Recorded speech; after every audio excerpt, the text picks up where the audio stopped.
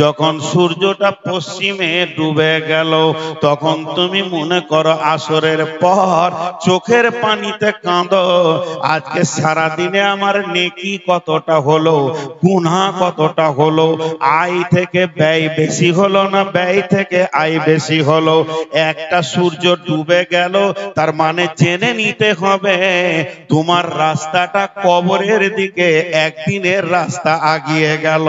কারণ তোমার কবরকে পৌঁছাতে যদি 17 দিন লাগে আর 16টা দিন আছে, আবার 15 দিনের মাথায় আল্লাহ তোমাকে ফজরের পর নতুন সূর্য দেখাবে। তার মানে গোলামের সারা জীবন বেঈমানি করেছ, এখনো ফিরে এসো, আমি তোমাকে সুযোগ দিয়েছি। আবার সূর্য ডুবে গেলে গোলামের খাতা কলম নিয়ে হিসাবে তুমি বসে যাও, আজকের দিনে কতটা করলে না করলে, আজকে যতটা তুমি ঘাটতি করেছো আগামী কালকে নফল পরে পুরা করে দিও, নচেত হিসাবের দিন যে মানদণ্ডটা শুরু হবে তোমার ব্যয় বেশি হয়ে যাবে, আয় কম হয়ে যাবে।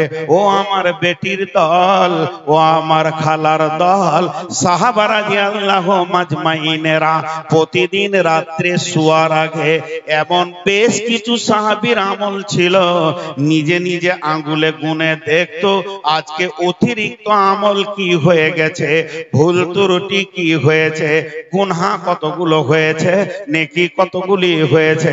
দেখা গেল 50টা গুনাহ আর 40টা নেকি। তওবা করে ইস্তেগফার করেছে, সকালে সূর্য উঠেছে তো চিন্তা করেছে আজকে নেকি করব 60টা আর গুনাহ করব না, তারপরও গুনাহ 40টা হয়ে গেল।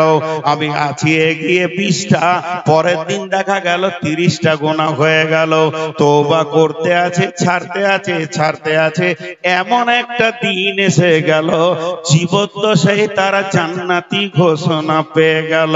এর জন্য একটা সূর্য সে নীরব থাকে কিন্তু প্রতিটি মানুষকে দিনে দুবার ক্লাস করে চলে যায়। সূর্য একটা আমাদের গুরু, সূর্য একটা আমাদের শিক্ষক, সে আমাদের আপনার কি না মুআল্লিম। যখন সে উঠে বিশ্ববাসীকে বলে তোরা আমলের ময়দানে দরাদরি কর, আর যখন সে ডুবে সে বলে যায় তোর একটা দিন কবরের দিকে আগিয়ে গেল। এর জন্য আমার রব 2খানা সূরা কোরআনের ভিতরে দিয়েছে অ্যাঙ্গেল করে সারাশির মতো, প্রত্যেকটি গোলামকে জানিয়ে দিয়েছে। একটা সূরার নাম হলো ফজর আর একটা সূরার নাম হলো আসর। জি ভাই, এবার আমি আপনাদেরকে একটা মজার জিনিস দেখাই। এটা একটা কাগজ, এটা দুনিয়াবি কথা বলছি যে তারপরে সূরার সঙ্গে এটা মিলিয়ে দিব। কাগজ, সকালে বেটাকে নিয়ে বসলাম, বেটা জি আব্বাজি আজকে তো অনেকগুলো কাজ আছে, তোর ছোট বোনটাকে দেখার জন্য মেহমানও আসবে, তো একটা কাজ কর, তুই মার্কেট চলে যা। বড়কে বলছে ফলটি লিবি মিষ্টিটি লিবি, একটা লিস্ট বানালো। মেজকলটাকে বলছে তোর ফুপুকে নিয়ে আয়, তোর ফুপুকে গাড়ি নিজে চট করে নিয়ে আয়। আর ছোটটাকে বলছে আরে তোর দুলা ভাইকে ফোন করলি? ও তখন নিজে বলছে যে আমি মাছটা মাংসটা নিয়ে আসি। বাড়ির বহুগুলোকে বলছে তোরা কাজ কর, সামনে একটা কাজ রয়েছে, তার জন্য লিস্ট হয়ে গেল, লিস্ট হয়ে গেল। জি ভাই, এই লিস্টে কিন্তু আল্লাহ এবং রসুল এলো না। জি, কাজের যখন প্ল্যান হবে সকালে হয়, হাটে পেরিয়ে গেলাম বাপ বেটাতে, আর একটা প্ল্যান, চোরে বাবা আগে রায়গঞ্জ যাব, ওখানে 4000 টাকা পাই, ওকে দেখা করে নিব, তারপরে ইটাহারে 10,000 পাই, ওকে দেখা করব, তারপরে বারসই হয়ে আমি চাঁচল হয়ে ফিরবো, টাকাগুলো তাগাদা করতে হবে। সব হয়ে গেল, জোহরটা কোথা পড়বো, আসরটা কোথা পড়বো, মাগরিব কোথা পড়বো, যেন জামাত না ছুটে, সকালের তেলাওয়াতটা যেন বাদ না যায়, সকালকার জিকিরটা যেন বাদ না যায়, এর ব্যাপারে কোনো প্ল্যান পরিকল্পনা হলো না, শুধু কাজের পরিকল্পনা হয়ে গেল।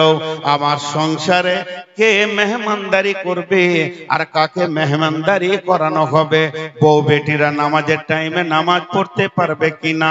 আমার দাদিজি যখন বেঁচে ছিলেন তিনি হজ করেছিলেন, হাজি বিবি ছিলেন, আমার মা চাচিরা ছিলেন তার বৌমা, কিন্তু কাজ করতে করতে যদি আজান হয়ে যেত আমার দাদিজির মাথা গরম হয়ে যেত, কাজকে ওইখানেই ফেলে দে, রান্না হয়নি তুই চুলাটাকে বন্ধ করে দে, এক্ষুনি বন্ধ করে দে, 2 ঘন্টা পর খাবো, আর যদি এখন রান্না করবি তোর হাতে খাবো না, আল্লাহর ডাক পড়ে গেছে, আগে গোসল করে উযু করে তুমি সালাত আদায়ের কসমটা আমার রব বলছেন ওয়াল্লাইলি ইযা ইয়াসরি।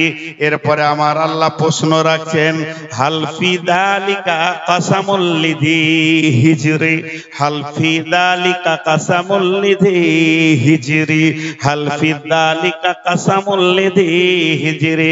এগুলো কি জ্ঞানী ব্যক্তিদের জন্য কসম নয়? আল্লাহ জ্ঞানী ব্যক্তিদের গায়ে হাত দিলেন, এই কসমগুলো কি জ্ঞানীদের জন্য নয়? এখানে যতগুলি লোক বসে আছেন একটা কথা জিজ্ঞেস করব, সবাই কষ্ট করে একটা উত্তর দেবেন। সেটা কি? সেটা হচ্ছে পৃথিবীতে যত ব্রেকের নাম শুনেছেন, ব্রেক, সাইকেলের ব্রেক, মোটরসাইকেলের ব্রেক, মারুতির ব্রেক, ট্রেনের ব্রেক, প্লেনের ব্রেক, সব থেকে দামি ব্রেক কি? সব থেকে হার্ড ব্রেক কি? যুবকরা অ্যাপাচি চালাইছে, সব থেকে হার্ড ব্রেক কি? এতগুলো লোক চুপ আছে, যারা গাড়ি চালায় না ওরা চুপ আছে, ঠিক আছে, তো এরা কেন চুপ আছে? ডিস ব্রেক বলেছে, মানে ডিস যেটাতে লাগানো আছে, আমি ডিস ব্রেক যে এত হার্ড জানতাম না, টিপে দিয়েছি এমন দাঁড়িয়েছে মনে হচ্ছে উবুড় হয়ে পড়ে যাবে, সামলে নিয়েছি আর চাপি না, ডিস ব্রেক। তো সব থেকে হার্ড ব্রেক কি? Dish break. প্লেনে আছে হাওয়া ব্রেক, ডিসও আছে, ওয়েল ব্রেক আছে, ব্রেক লিভার আছে, বহু রকম ব্রেক আছে, কিন্তু সব ব্রেক গুলো যদি এক জায়গায় জমা করে দেন, দামি ব্রেক কি হবে?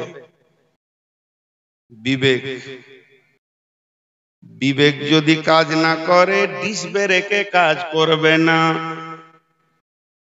বিবেক যদি না কাজ করে হাওয়া ব্রেক কাজ করবে না। পৃথিবীতে যত গাড়ি ব্রেক করে দাঁড় করানো হয়, আগে ড্রাইভারের ব্রেনে চেতনা আসে, তারপরে ব্রেক ব্যবহার হয়, ঠিক না ভুল? জোরে বলেন। যদি ওই ড্রাইভার মাতাল হয়, পাগল হয়, তার চেতনা যদি হারিয়ে যায়, তার দ্বারা ব্রেক করা সম্ভব হবে না। তাই আমার আল্লাহ বলছেন আমার আল্লাহ বলছেন হাল ফি যালিকা কাসামুল লিযি হিজর। হিজরি শব্দের অর্থ হলো চেতনা, জ্ঞানবান, বিবেকবান। আমি যে কসমগুলো খাচ্ছি বিবেকবানের জন্য খাচ্ছি, আমি যে কসমগুলো খাচ্ছি বিবেকবানের জন্য খাচ্ছি। বিবেকবানের জন্য কেন কসম খাচ্ছি? কথার কথা আমি একটা বলছি, ওই বস, এটা আপনাদেরকে আমি বলতে পারবো? এই বস বলতে পারবো? আমি ধরেন কাউকে বলছি এই বস, আপনার মনে রাগ হয়ে গেল, কেমন করে কথা বলছে রে, তখন আমি বলছি আপনাদেরকে বলিনি, ওই ছেলেটাকে বলছি, আপনার মনটা ক্লিয়ার হয়ে যাবে। আল্লাহ বলছে আমি যে দামি দামি কসম গুলো খেলাম, ওয়াল ফাজর ওয়ালা ইয়ালিন আসর ওয়াস সাফি ওয়াল ওয়াতরি ওয়াল লাইলি ইযা ইয়াসরি। 5খানা আমি কসম খেলাম। একটা কসম খেলাম ফজরের, দ্বিতীয় কসম খেলাম 10 রাত্রির, তৃতীয় কসম খেলাম জোড়ার, চতুর্থ কসম খেলাম বিজোরের, পঞ্চম নম্বরে আমি কসম খেলাম কি চলমান রাত্রি প্রবাহমান, যেটা সীমান্তে পৌঁছে গেছে। এতগুলো কসম কেন খেলাম? হালফি যালিকা কাসামুল লিযি হিজরি, আমি বিবেকবানদের বিবেকের চেতনার জন্য কসম খেলাম। তার মানে একটা লোক গুনাহ করেই যেছে, মদ খেয়েই যেছে, জুয়া খেলেই যেছে, মেয়েরা বেপর্দা আছি তো আছে। আল্লাহ বলছে এদের বিবেকের চেতনা না থাকার কারণে এখনো নিজেকে গুনাহ থেকে ব্রেক করতে পারছে না। এদের বিবেকের চেতনা নাই, এদের বিবেক গুলো মরে গেছে। এদের বিবেক যদি থাকতো, আমি জ্ঞানী ব্যক্তিকে কসম এই জন্য দিলাম, আমি বলতে চাইছি ধরেলেন, আমি নূর মোহাম্মদ বলছি, হে জ্ঞানীর দলেরা এখনো ব্রেক করেন, আর গুনার দিকে যেতে হবে না। আপনাদের বিবেক কি বলছে না যে এখানে আমাকে ব্রেক করতে হবে? শুরুতেই যেমন আমি বললাম, হে বন্ধু তোমরা যারা মেলাতে ঘুরছো, তোমাদের বিবেকের চেতনা কি বলছে না তুমি কেন এসেছো? ও মহিলারা তোমরা প্যান্ডেলের বাইরে কেন রয়েছো? তোমাদের বিবেক কি তোমাদেরকে চেতনার আলো দিচ্ছে না যে আমি কি করতে এসে কি করছি? অতএব যার বিবেক মরে গেছে ওকে সারা রাত জলসা করলে কোনো কাজে লাগবে না।